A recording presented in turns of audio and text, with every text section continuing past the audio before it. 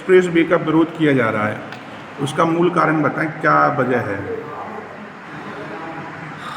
ये जो अभी राजस्थान में नो एक्सप्रेस वे, जिन्होंने कहा, कहीं कहा ग्रीन फील्ड एक्सप्रेस वे, कहीं इनको संबोधित करते भारतमाला परियोजना के रूप में। इनके कारण से किसान की जमीन तो जाएगी, लेकिन वो रोड उसके काम का नहीं रहेगा। पहले तो लोग ये सोचते थे कोई हाईवे निकलेगा तो आसपास धंधे शुरू हो जाएंगे, तो वहाँ भी कुछ लोग कमा खाते थे, उनको रोजगार मिल जाता था। अब वो भी संभावनाएं उन्होंने समाप्त कर दी। अब जो नई डिजाइन है, वहाँ कोई भी अपनी दुकान नहीं लगा सकता। विकसित भारत के लिए आवश्यक नहीं है एक्सप्रेस वे, ग्रीन वे? ये जो धारणा है विकसित भारत, यही गड़बड़ है। हम उसको विकसित करें जिसमें अधिकांश लोग बेरोजगार हो रहे हैं, उनकी ज़मीनें छिन रही है, ये विकसित है ही नहीं। ये विकास का जो मॉडल है, ये कहो कि वैश्वीकरण का परिणाम है। यदि ये कहो, ये केवल जो धनाढ्य लोग हैं उनको ज़्यादा धनपति बनाने का मॉडल है। आज का जो मॉडल है, इसमें जो अंतिम व्यक्ति है उसकी तो कहीं पूछ ही नहीं, इसलिए जो कमज़ोर है धन से, उसका कहीं कोई स्थान नहीं।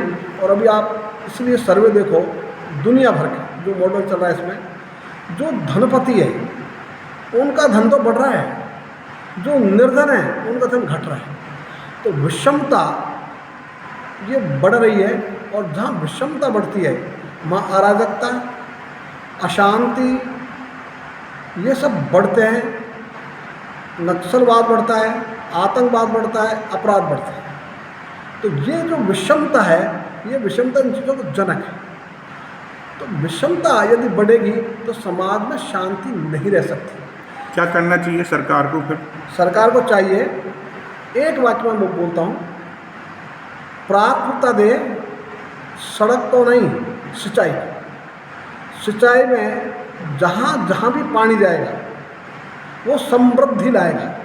तो समृद्ध भारत, इसका पर्यायवाची शब्द है सिंचाई। यदि सिंचाई शुरू हो जाएगी तो आप देखो, जहाँ भी सिंचित क्षेत्र है, चाहे वो पंजाब हो, चाहे राजस्थान में गंगानगर, हनुमानगढ़, उसका अलग आपको मॉडल मिलेगा, अलग ढंग मिलेगा। तो वहाँ की जो स्थिति है वो बाकी से अच्छी है।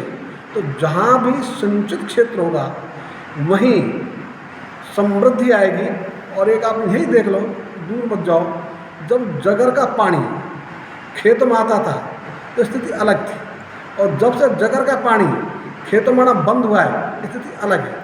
वहाँ भी नहरी तंत्र बन रहा है, उसका भी विरोध किया जा रहा है। जो नहरी तंत्र बन रहा है उसका तो कोई विरोध नहीं कर रहा, इसलिए, और हम उस विरोध के कभी अपने साथ है नहीं। हमने हमेशा एक बात कही है, जो भूमि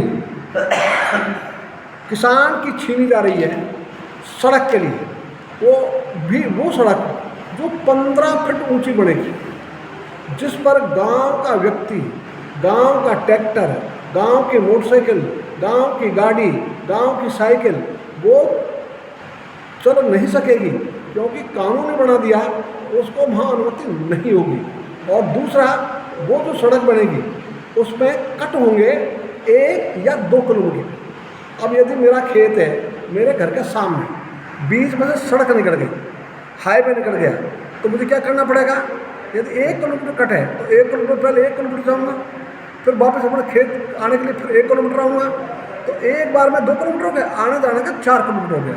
यदि कोई घास का भरोटा लेना जाएगा, घास लेना जाएगा, तो 4 किलोमीटर चलो, और यदि कट 2 किलोमीटर पर है, 8 किलोमीटर चलो। तो ये 4 किलोमीटर 8 किलोमीटर चलाना, ये कनेक्टिविटी है क्या? तो ये साधना आदमी की तो कनेक्टिविटी आपने समाप्त कर दी, और सरकार इसको कनेक्टिविटी करेंगे।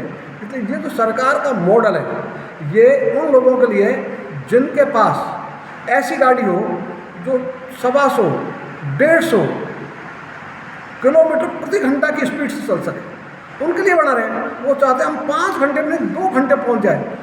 अपने जो गांव का व्यक्ति है, ग्रामीण पृष्ठभूमि एक व्यक्ति है, उसको तो किसी को जल्दी नहीं है, वो तो कह 5 या 6 घंटे पहुंच जाएंगे, खेती बचनी चाहिए।